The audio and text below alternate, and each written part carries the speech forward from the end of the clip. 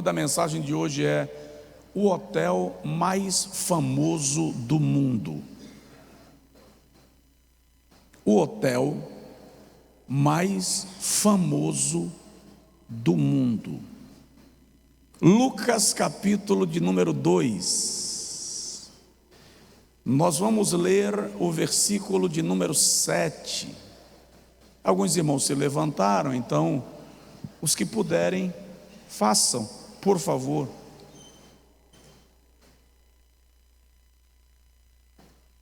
Muita gente faltando, comércio acelerado, fechando mais tarde, e aí alguns têm dificuldade, outros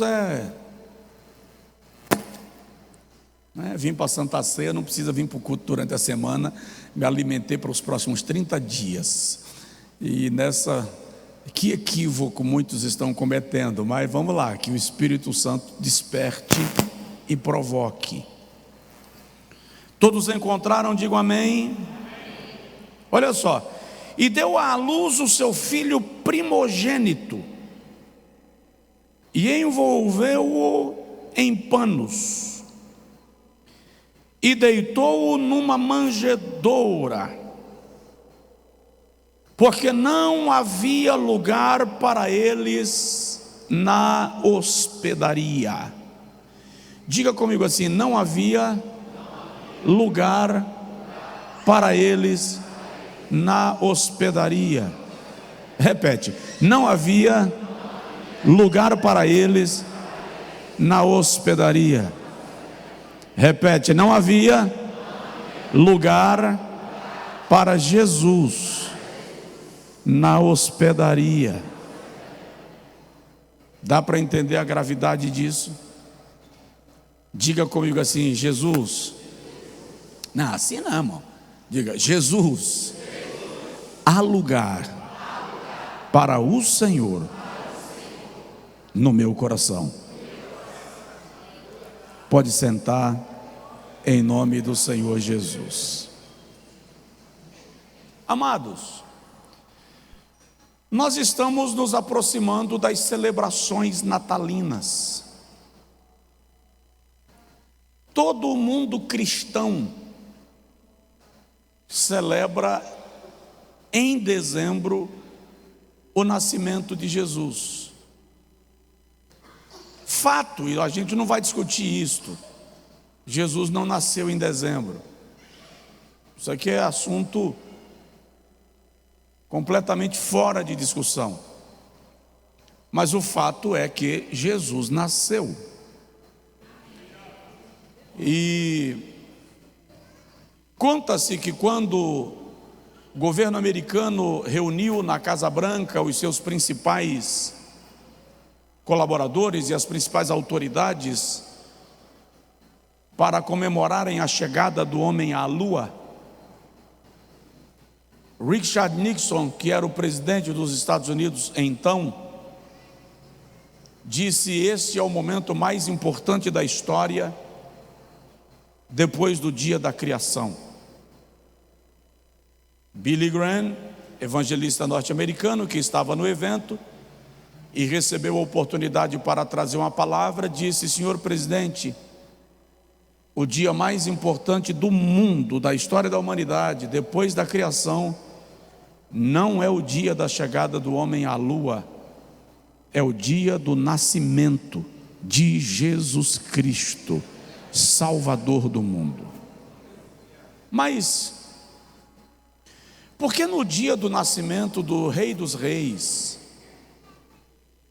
o dia do nascimento do Senhor dos Senhores, o dia do nascimento do Príncipe da Paz, não havia lugar para ele no hotel, na hospedagem? É sobre isto que eu gostaria de falar hoje à noite.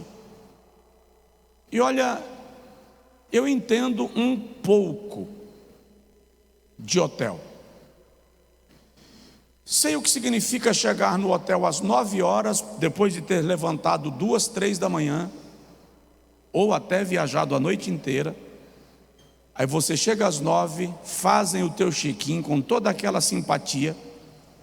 Aí depois te dizem assim: o acesso ao quarto só será liberado depois das 14 horas. É muito chato. E quando acontece de que o teu anfitrião esqueceu de reservar o hotel, ou ele teve uma autoconfiança tão grande que não haveria dificuldade e te busca no aeroporto, e quando você chega lá não há vaga, aí fica contigo de hotel em hotel sem encontrar vaga nenhuma. E isso me ocorreu uma certa feita em Londres. E depois de ir lá para o 5º hotel, e chegou lá num hotelzinho assim bem michuruca mesmo, assim, esculambação. Aí a moça disse que tinha vaga num quarto. Isso era de noite, lá para pouco mais de meia-noite. Preenchi a ficha do check-in, o pastor foi embora. Afinal de contas, eu agora finalmente estava hospedado. Quando eu cheguei no quarto, que eu abri a porta e acendi a luz, tinha um cidadão deitado na cama. Ou seja, o quarto que entregaram para mim já tinha um hóspede. Aí eu não falo a língua do cara, o cara não fala a minha língua, acorda assustado com um negão desse tamanho entrando no quarto dele, até explicar, irmão, como dizem lá no Angico, até explicar que focinho de porco não é tomada, é uma chateação fora de série. No contexto que nós lemos, nós temos um fato histórico que envolve um recenseamento romano, a superlotação em Belém, os costumes de hospitalidade daquela época e uma mulher grávida. Pense, nós estamos falando de um decreto de recenseamento do império,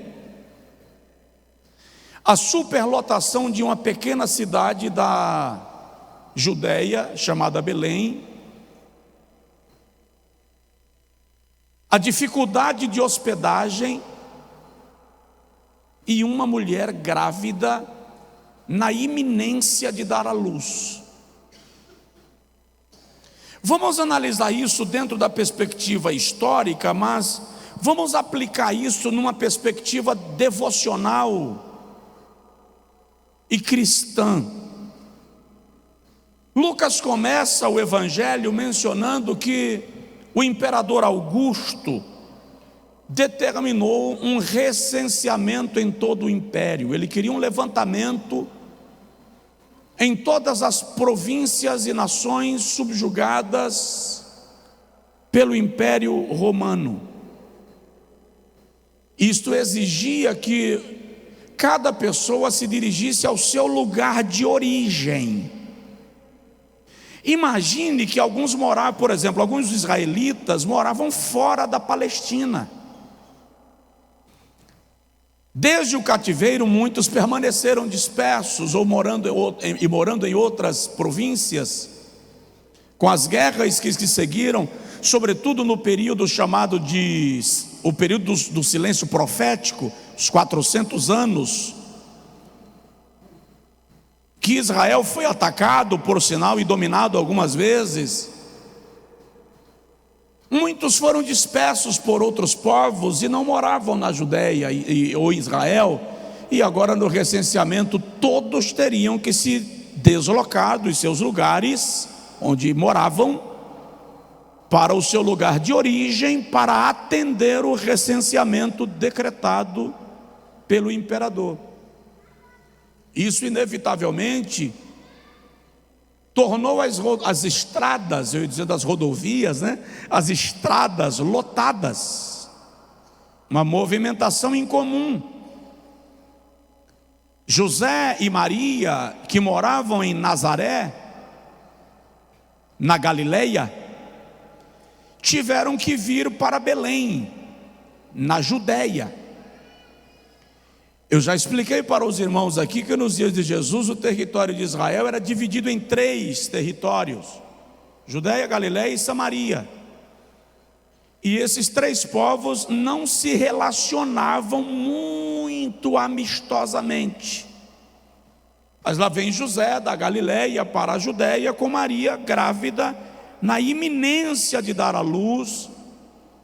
Uma viagem de aproximadamente 150 quilômetros de subida, porque sair da Galiléia para a Judéia é sim uma subida de nível.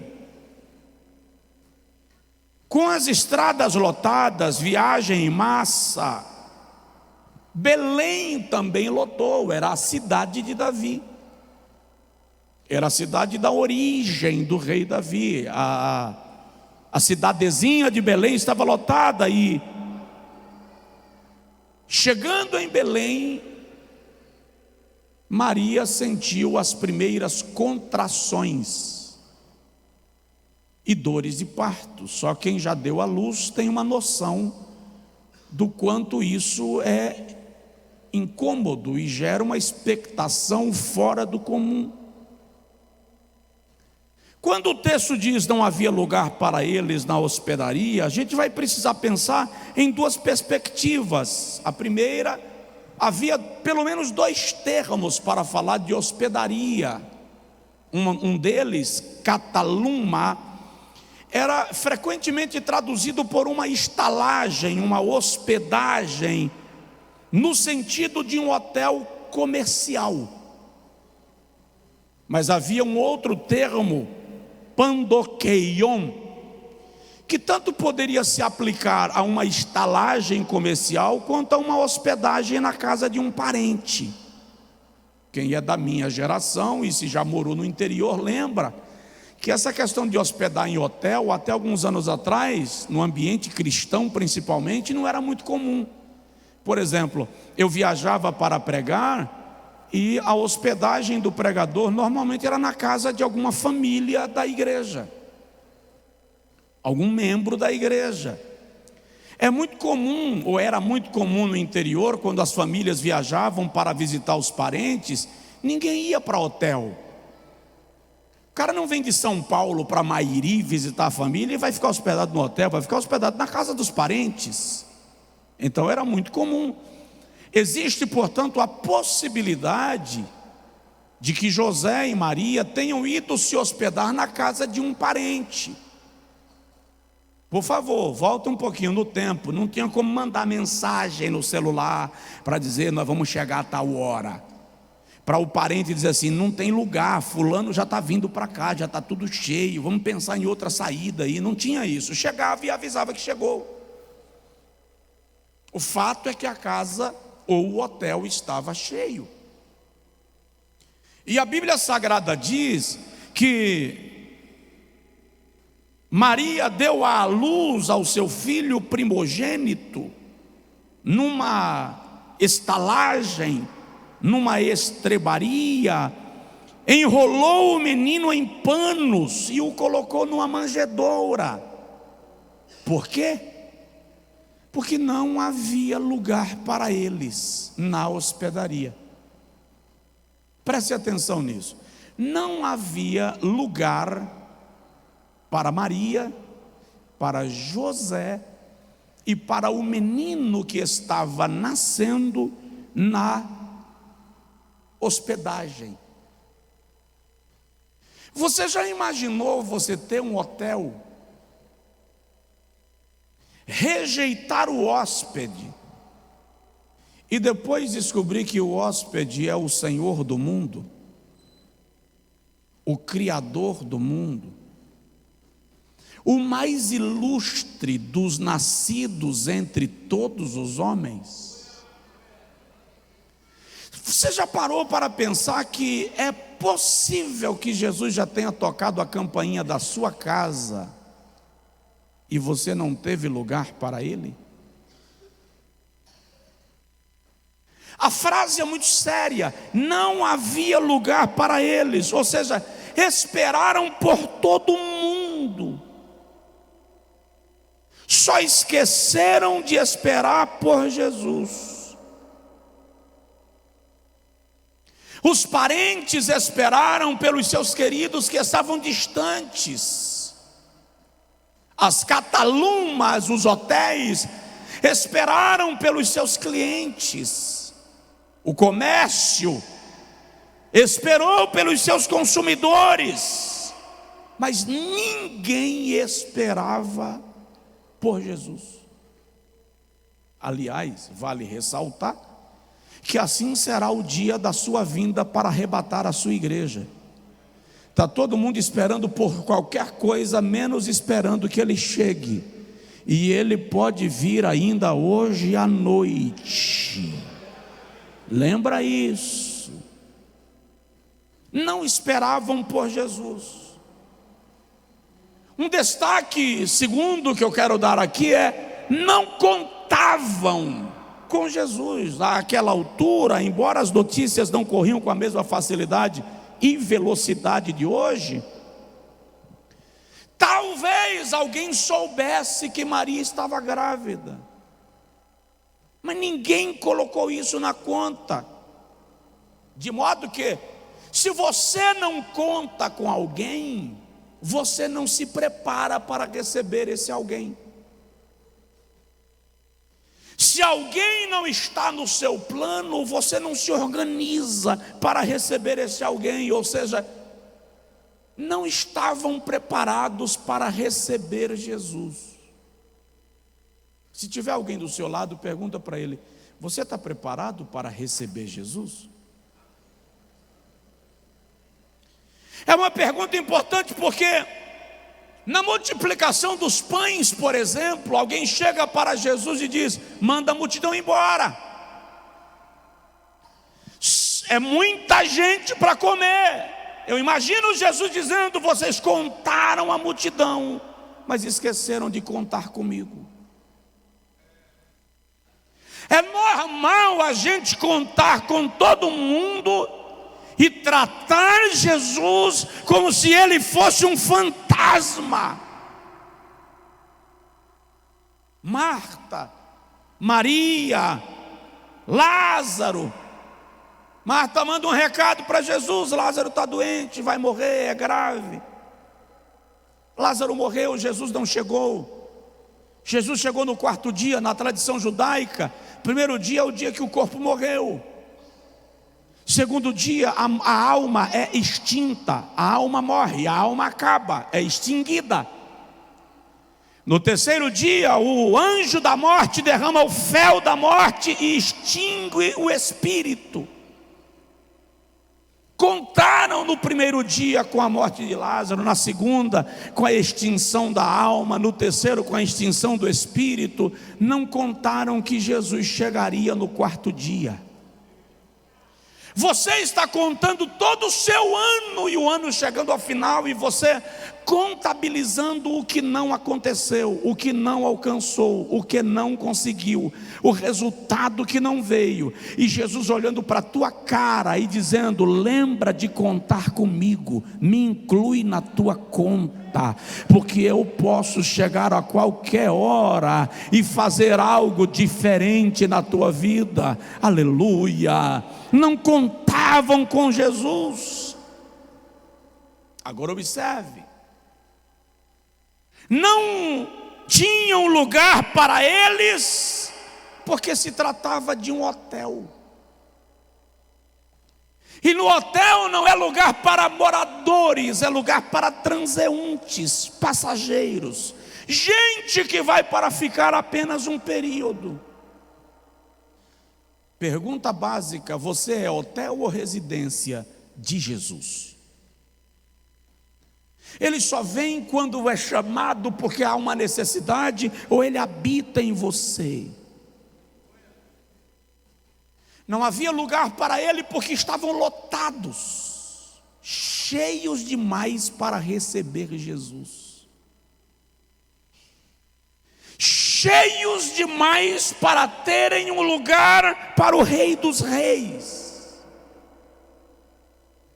Muitas vezes Jesus não consegue agir na nossa vida porque nós estamos cheios demais de regras próprias, de atarefamentos, não temos tempo para Ele.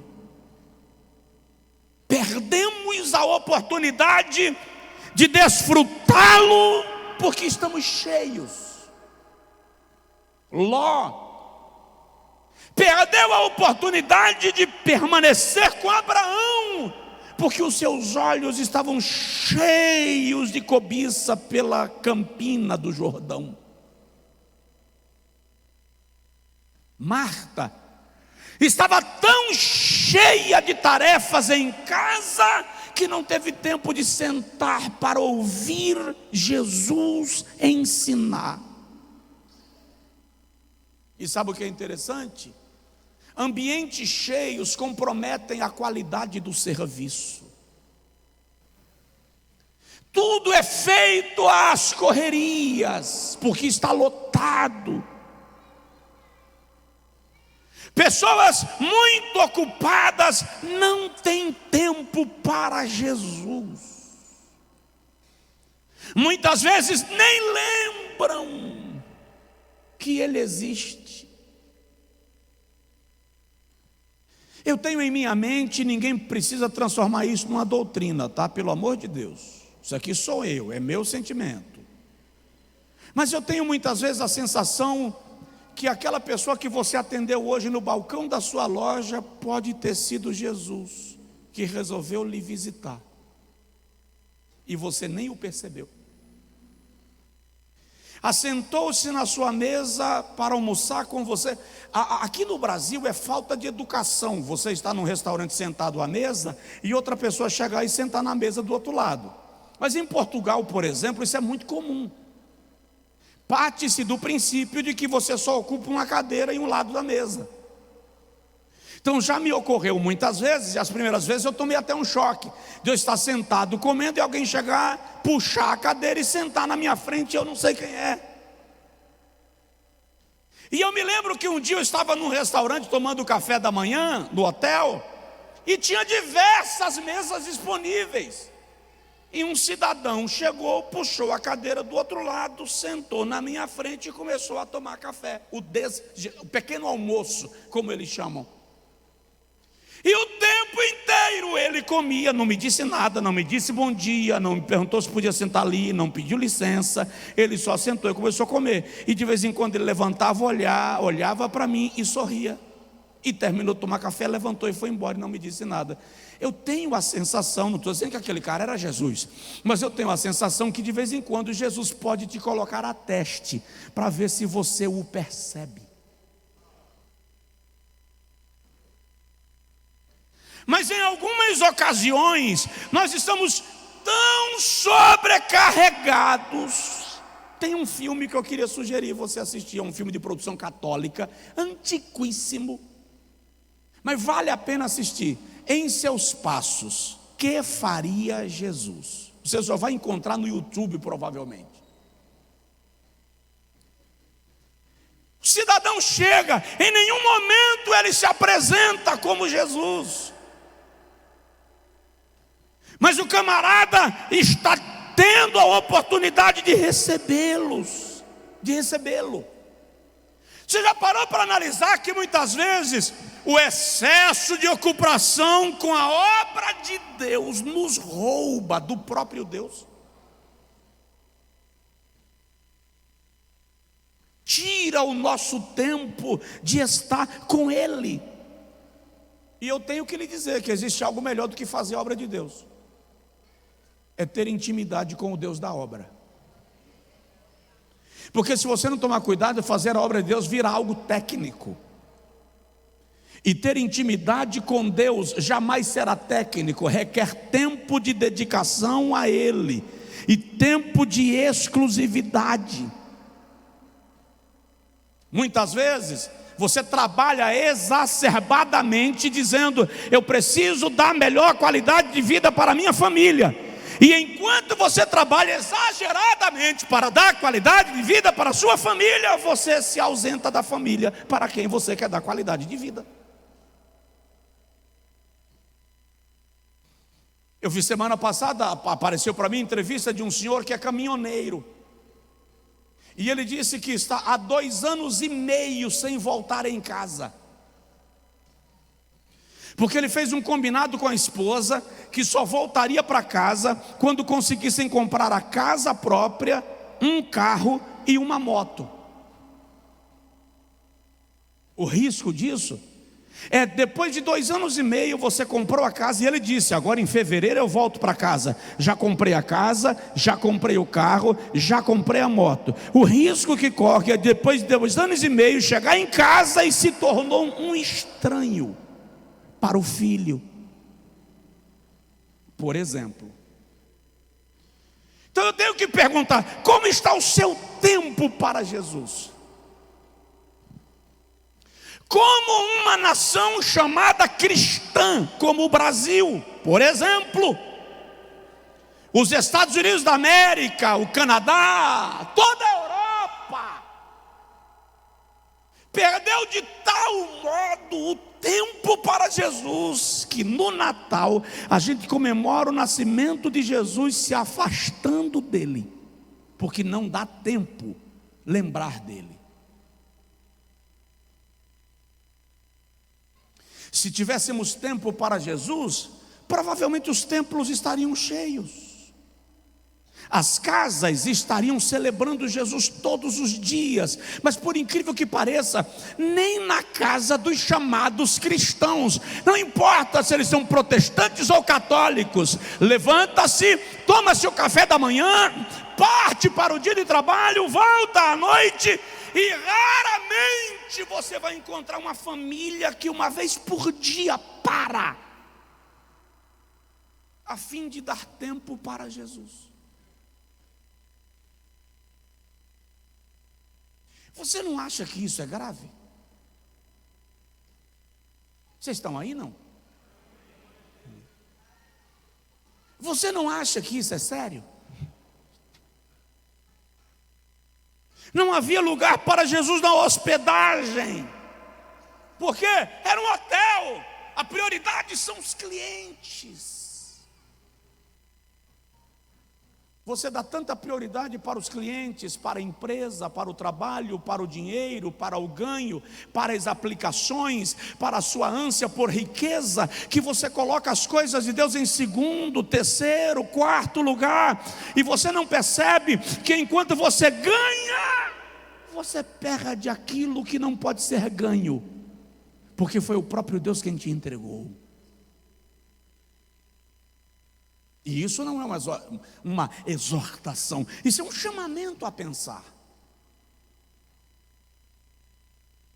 É um chamamento para analisar. Não, pastor, mas eu tenho que fazer a onda do comércio, eu tenho que aproveitar a oportunidade. A gente aproveita a oportunidade do comércio, a oportunidade do trabalho, a oportunidade de ganhar, e perde a oportunidade de sentar para ouvir Jesus ensinar, como Marta.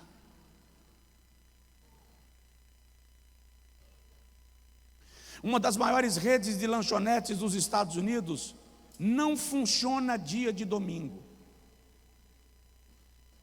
E ele chegou a ser entrevistado uma época de forma censurado, mas domingo é o dia que as famílias saem para comer fora, e é o dia que você fecha. Ele disse: é o dia que eu dedico exclusivamente a minha vida para cultuar a Deus com a minha família.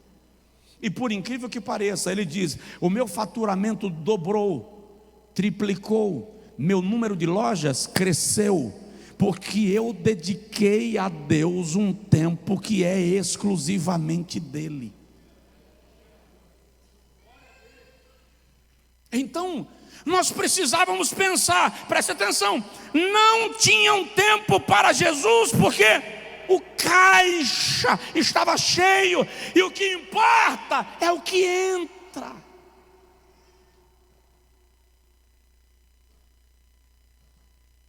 Em algum lugar esses dias, não lembro exatamente onde,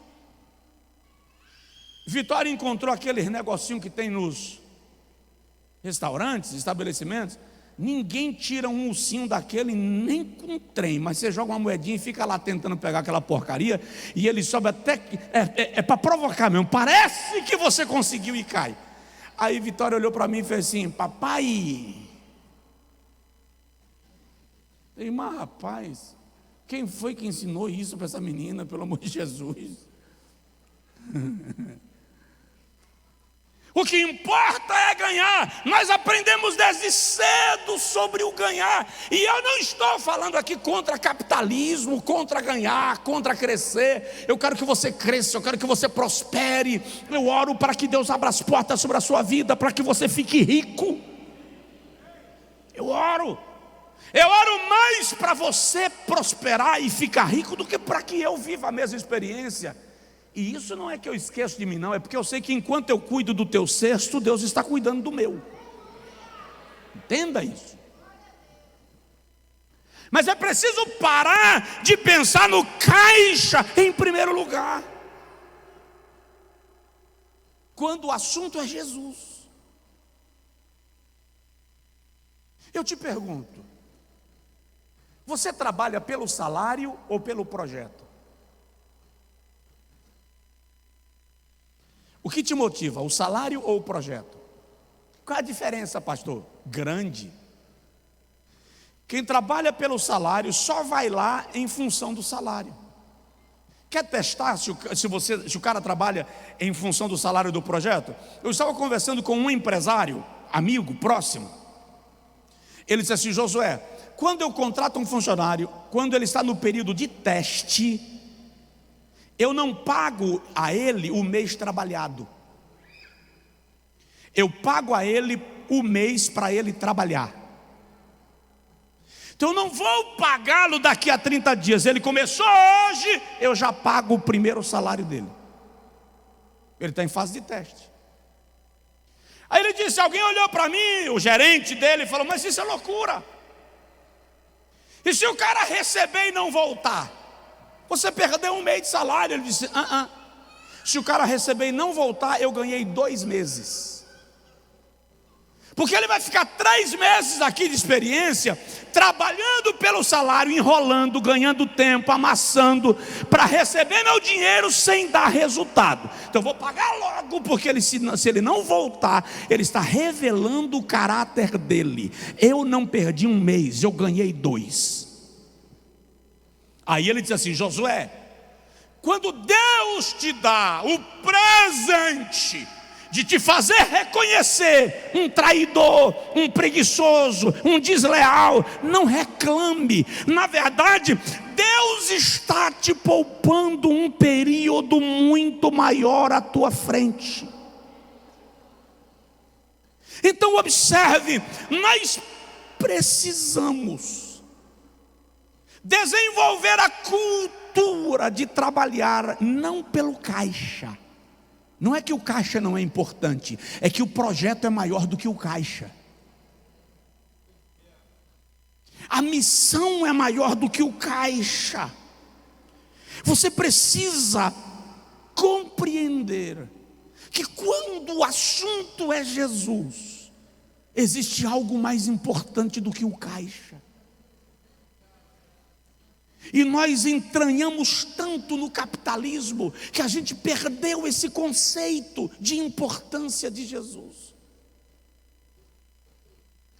A presença dele é a presença de mais um na casa. Já não se percebe mais. Vamos onde há lucro, ganho. Não vamos onde Jesus está. Eu estou estranhando, vocês estão calados com a força. Eu estou ouvindo o silêncio de vocês. Se tiver alguém do seu lado, pergunta para ele assim: você ainda está aqui? Quinto lugar, não havia lugar para eles. Por quê? Porque eles não representavam lucros. Vivemos numa sociedade onde o apelo é para a aparência.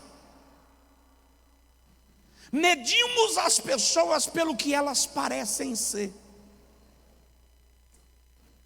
Há uma marca de carros que quem tem é gente da prateleira de cima, Rolls Royce. É um negocinho assim, bem bonitinho. E há uma história, você pode procurar isso na internet, de um indiano que chegou na loja central, na loja sede da Rolls Royce em Londres. E ele foi comprar um carro, e o vendedor, olhando para a aparência dele, o tratou mal. Ele não tinha a aparência de um cara que conseguiria pagar um Rolls Royce. Quando o vendedor o tratou mal, ele só virou as costas e foi para o seu escritório, chamou o seu gerente e disse: vai lá, compra todos os carros do pátio e compra também os carros que eles tiverem no estoque, no depósito, na garagem. Compra tudo, zera a loja, compra 100% do que eles tiverem, paga à vista. O gerente foi lá, comprou todos os Rolls Royce que havia na loja, pagou e mandou trazer aquela frota de Rolls Royce. Chegou no pátio da empresa, ele disse: serra o teto de todos os Rolls Royce e amanhã coloca todos nas avenidas e ruas de Londres catando lixo. Aquilo virou notícia. Chegou ao fabricante a informação de que os Rolls Royces estavam catando lixo, era carro de lixo na cidade de Londres. E o fabricante agiu rápido, foi atrás disso, descobriu quem era e foi averiguar o porquê. E ele respondeu. E a Rolls Royce, para se retratar, deu a ele direito vitalício de uso dos seus veículos sem precisar pagar nada. Tudo isso porque alguém tratou mal a outrem só por causa da aparência.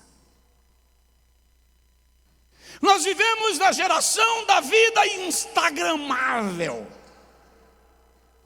Interessante, em muitos casos, nem o culto é feito mais para Jesus, é feito para o Instagram.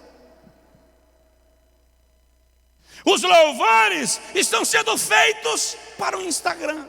Desculpa, sem querer magoar ninguém, mas está na moda. O cara está na pregação, na maior unção, e ele para e faz assim, para pegar a multidão.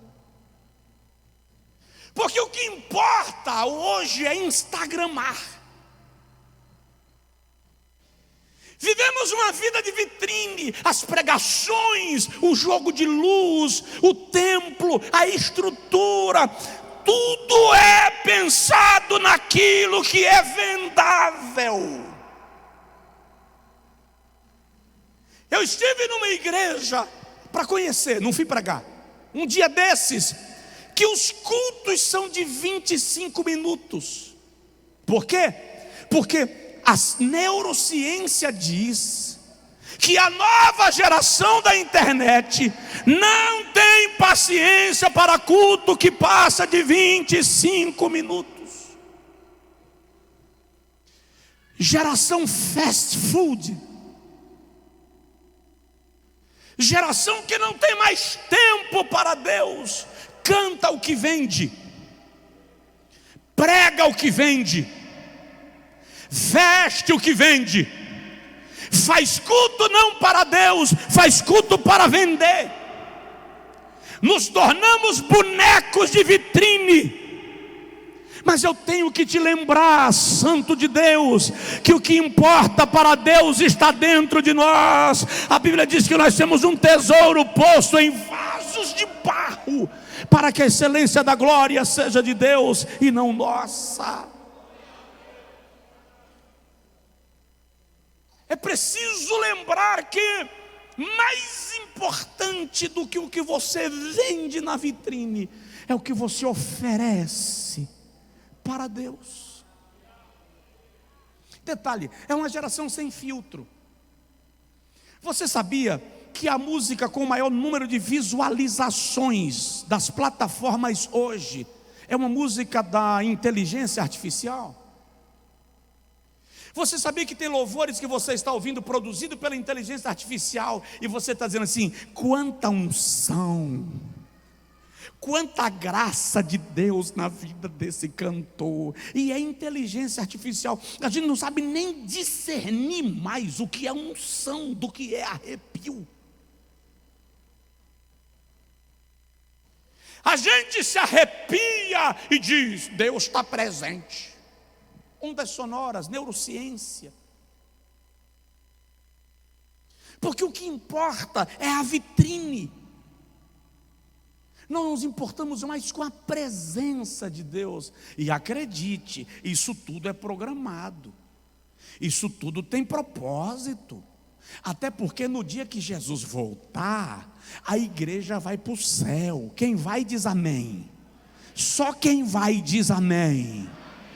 E o anticristo, no seu primeiro período da grande tribulação, precisa comunicar ao mundo que tudo permanece igual. A ausência dos crentes não faz diferença. Até culto existe. É só você fazer culto com avatares, inteligência artificial, arrepia, dopamina, emoção. Foi isso que Jeroboão fez quando dividiu o reino. Não quero que ninguém vá adorar a Deus em Judá. Eu vou fazer um templo aqui em Samaria, vou fazer altares em Samaria, e nós vamos adorar deuses aqui em Samaria. Mas crente verdadeiro, a noiva do Cordeiro, não se contenta com o impostor.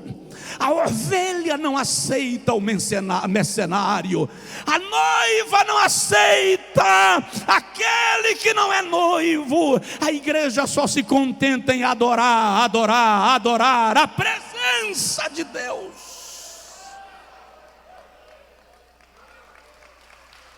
Então, não tinha um lugar para Jesus, porque Jesus não representava lucro. Quanta gente sem lugar para Jesus, porque ele não representa ganho imediato.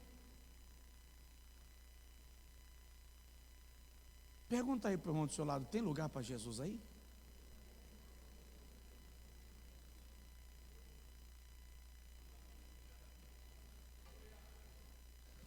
Sabe, você sabia que Jesus não força? Você sabia que Jesus não força para estar aqui hoje à noite? Se a gente não quiser que ele esteja aqui, ele não vem? Você sabia que a gente pode criar subterfúgios para parecer que Jesus está e ele não está? Nós precisamos ter cuidado, no sentido de buscar a sua presença. Por que não havia lugar para Jesus lá? Porque para Jesus entrar, eles teriam que mandar alguém embora. Aí eu faço uma pergunta básica: quem está bloqueando a entrada de Jesus na sua vida, na sua casa e nos seus negócios? Quem é o hóspede que precisa sair para Jesus entrar? O orgulho? A mentira, a inveja, uma entidade maligna? Você sabia que tem gente na igreja endemoniado e que gosta de estar endemoniado? Não foi salvo por Jesus, tá? Me perdoem os teólogos que discordam de mim, mas eu não acredito em crente salvo endemoniado. Por quê?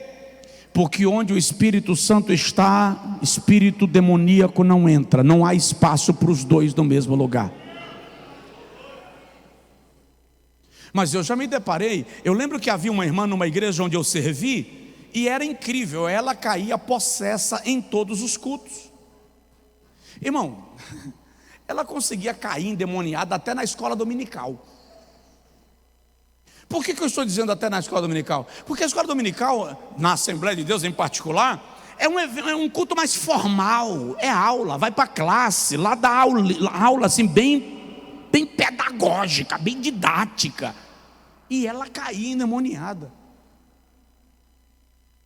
E um dia ela me procurou e disse: pastor, eu preciso que o senhor ore por mim, porque eu não aguento mais, eu fico possesso o tempo inteiro e tal. Eu disse: vamos orar, mas eu preciso perguntar para a senhora, o que há na sua vida que dá a Satanás a placa de sinalização de boas-vindas? Tem que ter algo que ele se sinta tão confortável na casa. Ela disse: não tem nada, pastor. Eu disse: tem. Alguma coisa diz a ele que ele pode se sentir à vontade, que o pedaço é dele. Ah, não, mas o que eu tinha de idolatria eu joguei fora, os rituais que eu fazia eu também destruí. E ela foi contando e foi falando. Ela disse assim: a não ser que, mas isso não. Eu disse: não, a não ser que. Ela falou: a minha avó tinha um pacto com entidade X. Quando ela morreu, ela antes de morrer obrigou minha mãe a dar continuidade ao pacto. Quando minha mãe estava perto de morrer, ela me chamou e ela passou para mim essa responsabilidade. Inclusive, a minha filha está minha inimiga, porque ela se converteu numa igreja batista. E eu já disse para ela que eu estou ficando velha, e quando eu estiver perto de morrer, é ela que vai receber a responsabilidade. E ela já disse que não quer, e a gente brigou, e ela nem está vindo na minha casa. Mas me conta aí. E eu não vou lembrar detalhes, mas ela puxou assim a gola do vestido e me mostrou uma cordinha passando aqui no pescoço. E ela disse que ela precisa ficar com aquela corda enrolada no corpo dela, passa por debaixo da axila, passa entre a perna e sobe e tal. E o nó é feito na região do umbigo. Ela só tira aquilo na hora do banho, e quando tira, toma banho e coloca de novo. Eu disse: a senhora vai precisar abrir mão desse negócio. Ah, não, pastor, mas eu prometi para minha mãe. Eu disse: minha irmã, a senhora prometeu para sua mãe na ignorância. A senhora não conhecia Jesus. Agora a senhora pertence a outro Senhor. O seu coração é de Deus. Não, senhor, eu não posso abrir mão. Se minha irmã, sua filha está certa, ela aceitou a Jesus e entendeu o propósito de vida. Pois se ela não aceitar, eu vou falar com a mais nova. A mais nova vai ter que aceitar. Eu disse: Jesus vai salvar a mais nova antes de a senhora convencê-la, porque esse ciclo precisa quebrar. A senhora será liberta quando abrir mão dessa situação, dessa aliança, desse pacto. E acreditem, ela parou de congregar, mas não abriu mão da cordinha com o nó no umbigo. Então eu tenho que te perguntar: quem é o hóspede que precisa sair para Jesus entrar? Em Mateus capítulo 12, versículo 44 e 45, Jesus diz que Ele entra na casa, eu e você, limpa a casa, expulsa a sujeira, manda o velho habitante embora. Mas tem um momento que de repente a gente diz para Jesus assim: Senhor, não te quero morando aqui mais não. E a casa fica vazia. Aí o velho habitante que está transeunte, vagabundando por aí, diz: deixa eu passar lá de volta para ver como está a casa. Aí ele chega e vê a casa vazia. E como a casa está vazia e limpa, ele entra e ainda diz assim: tem lugar para mais 7. De modo que o estado daquela pessoa será pior do que o seu estado anterior. Ou seja, você, eu, nós não podemos ser casa vazia. Diga comigo: eu não posso ser casa vazia. Agora diga comigo: entra e mora em mim. A casa está limpa, mas você não pode permanecer vazio. Chama Jesus para habitar na tua casa. Tem um louvor que diz: entra na minha casa, entra na minha vida, mexe com a minha estrutura. Jesus quer entrar na nossa casa em cada cômodo, em cada detalhe, e tirar a velharia, aquilo que não presta, joga fora e deixar a casa limpa e completamente tomada por Ele. A pergunta é: quem precisa sair para Jesus entrar? não havia lugar para ele na casa, não havia lugar para ele na hospedaria. É preciso que a gente fique muito atento, porque tem muitas igrejas nas quais não há mais lugar para Jesus. As pessoas não têm lugar para Ele, não estão dispostas a receberem como centro do culto e das atenções. Existem pastores que não querem mais Jesus no seu ministério. Como assim, pastor? Porque eles precisam ser a estrela. E onde o pastor é a estrela da manhã não brilha. Jesus não vai. Eu vou encerrar para nós orarmos. Há muitos anos atrás, eu diria que talvez há uns 30 anos atrás. Quem aqui tem mais de 30, levanta a mão. Levanta que eu não conto para ninguém. Há uns 30 anos atrás eu fui convidado para pregar numa igreja. Quando eu cheguei eu fiquei assustado. Eu era um pregador iniciante, eu pregava em igrejas pequenas, do interior. E esta igreja era numa grande cidade, e a maior estrutura de igreja que eu já havia visto. Na época não era comum as igrejas terem cadeiras acolchoadas. Na verdade aquela foi a primeira igreja de cadeira acolchoada que eu vi. E eu acho que até hoje eu não estive numa igreja com as cadeiras acolchoadas no luxo que aquela igreja tinha. Aquela igreja não tinha caixas de sons penduradas assim, você não via nada, você não via fio. As caixas de som, o pastor me explicou, eram embutidas nas paredes da igreja, e a igreja era toda cortinada. Era uma coisa linda. O culto, uma boneca de cerâmica, tudo muito lindo, uma tacinha de cristal, tudo feito para dar certo. Preguei o sábado à noite, mas eu também nunca tinha visto um culto tão pesado na minha vida.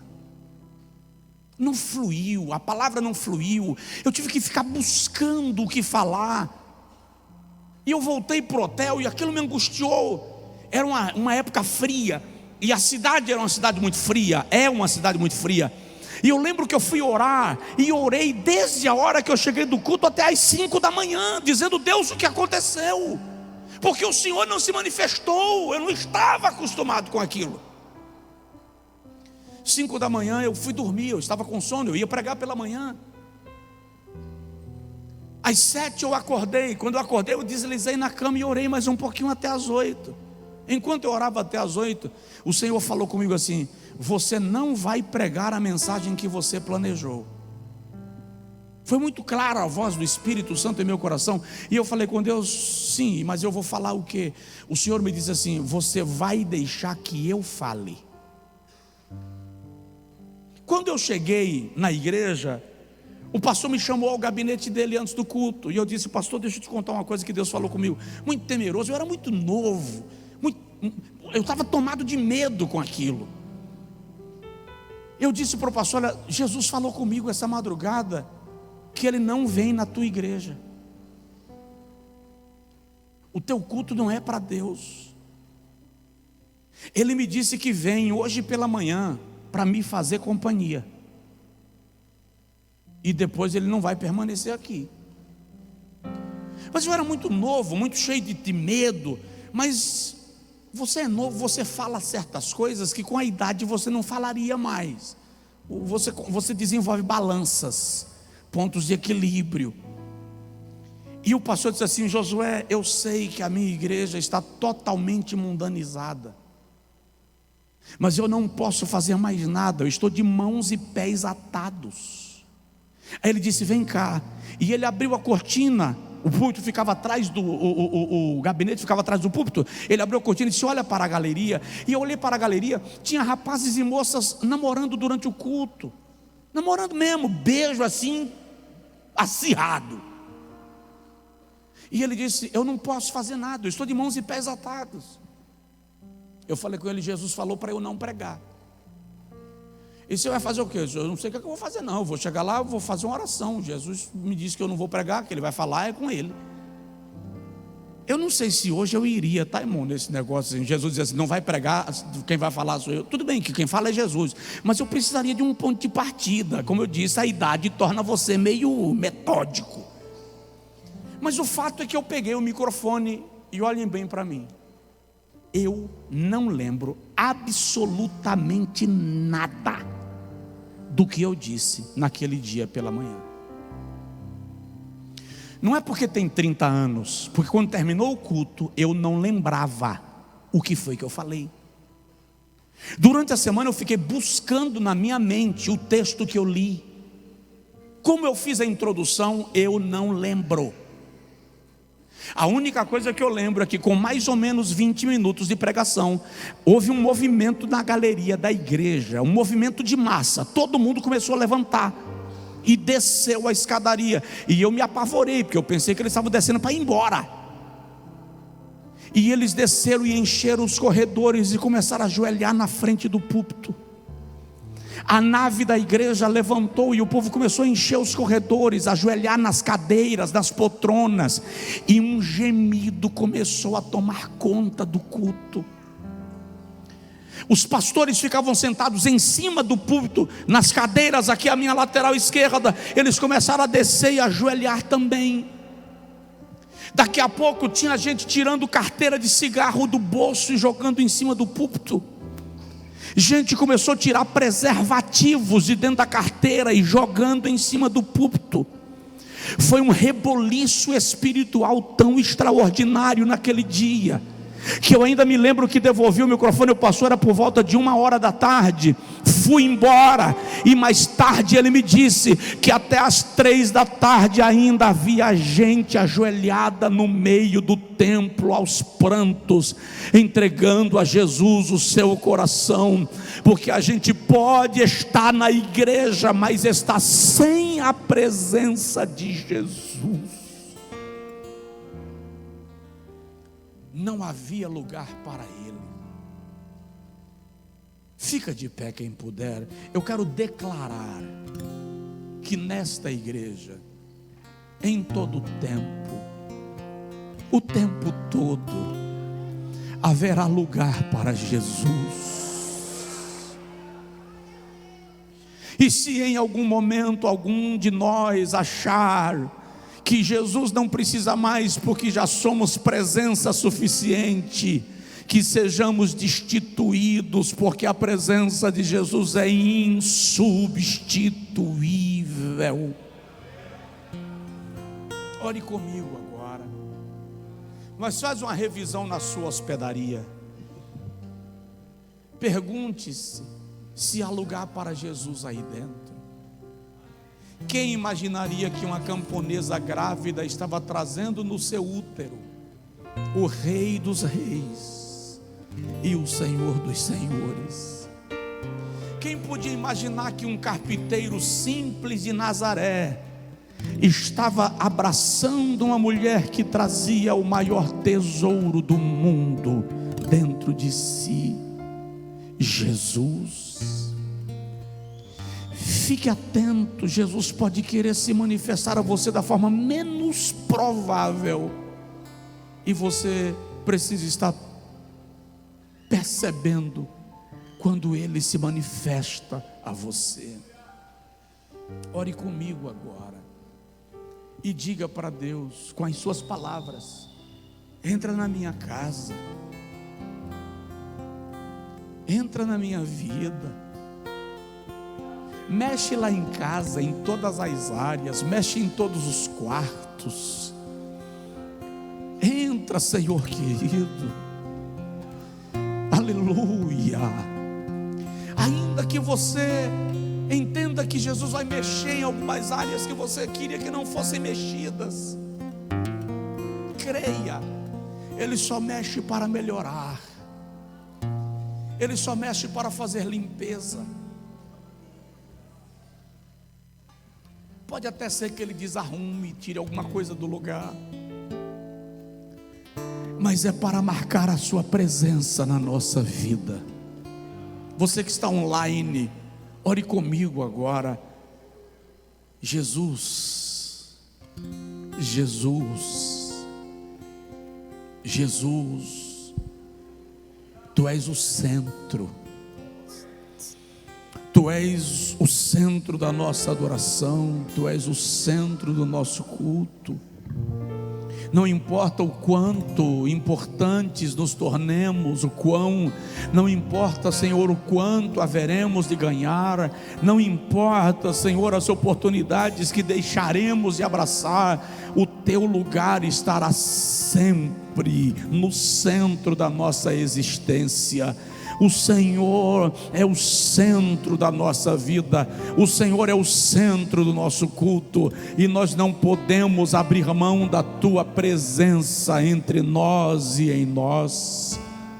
Nós Te pedimos nesta noite, Senhor, que esta palavra desperte os corações, que esta palavra provoque a nossa alma para pensar naquilo que o Senhor deseja nos comunicar, a cada um de maneira individual, a cada um de maneira particular, mas que a Tua presença não seja perdida jamais por nós. Nós Te queremos, Senhor. Nós Te adoramos, habita em nós, domina o espaço, em nome de Jesus.